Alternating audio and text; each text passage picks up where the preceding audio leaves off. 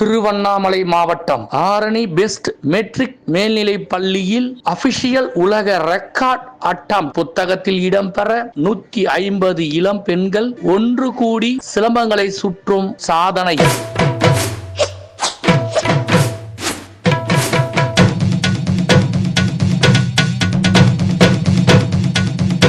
இந்த தொடர் வீர விளையாட்டில் ஒரு மாணவி உலக சாதனையில் முறியடிக்க முடியாதோ என்ற நிலைமையை உணர்ந்து தேம்பி தேம்பி அழுகிறார் என்று காணும் இந்த காணொளி மூலம் தெரிகிறது.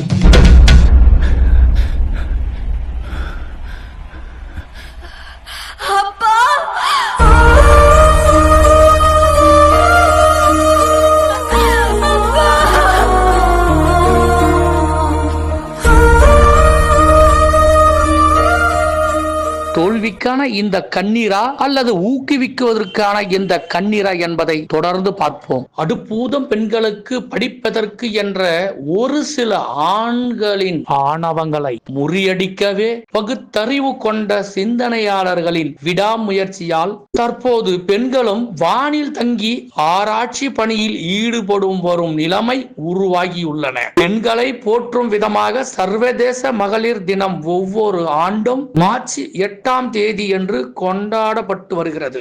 இப்படி பெண்களை போற்றும் விதமாக ஆரணியில் உள்ள பெஸ்ட் மெட்ரிக் மேல்நிலை பள்ளியில் இப்படி பெண்களை போற்றும் விதமாக சிலம்பம் போட்டியில் 150 பேர் கொண்ட பெண்களே நிர்வாகம் ஏற்பாட்டால் ஒன்றிணைந்து தொடர்ந்து பள்ளி வளாகத்தில் 8 மணி நேரங்கள் வரையிலான தனது கைகளில் சிலம்பங்களை சுழற்றி சுழற்றி உலக சாதனை படைத்தனர்.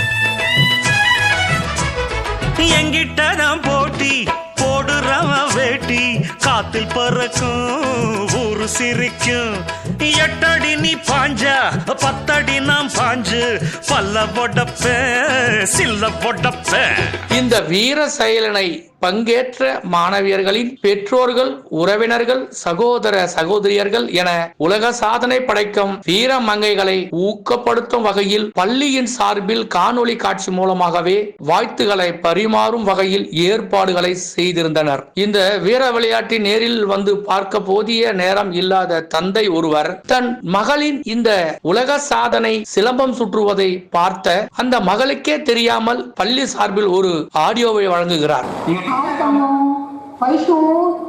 சூப்பரா விளையாடிட்டு செல்லும். நீ விளையாடுறது நானு வீடியோல பார்த்துன்னு இருக்கேன். இன்னும் நல்லா விளையாடு. நீ சூப்பரா விளையாடுற வைஷு. எத்தனை வயசு தங்கம்? நல்லா எனர்ஜியா விளையாடு. நீ ஜெயிக்கணும். நீ ஜெயிக்கிறதுக்காக பிறந்தவோ. உன் அப்பா மாதிரி எதுவா இருந்தாலும் கெத்தா பண்ணுவ. சூப்பரா பண்ணுவ வைஷு.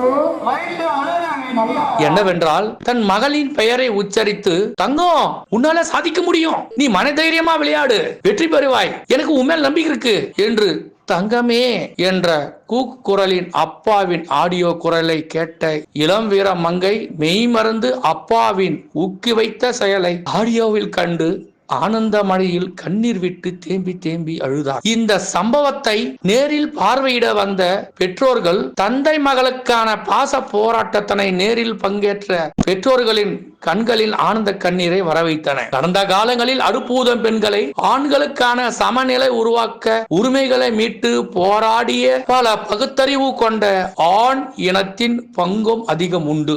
ஆணின் என்பதனை அனைவராலும் மறக்கவோ மறைக்கவோ முடியாது என்ற வரலாறு உண்டு இந்த ஆண் வர்க்கத்திற்கு.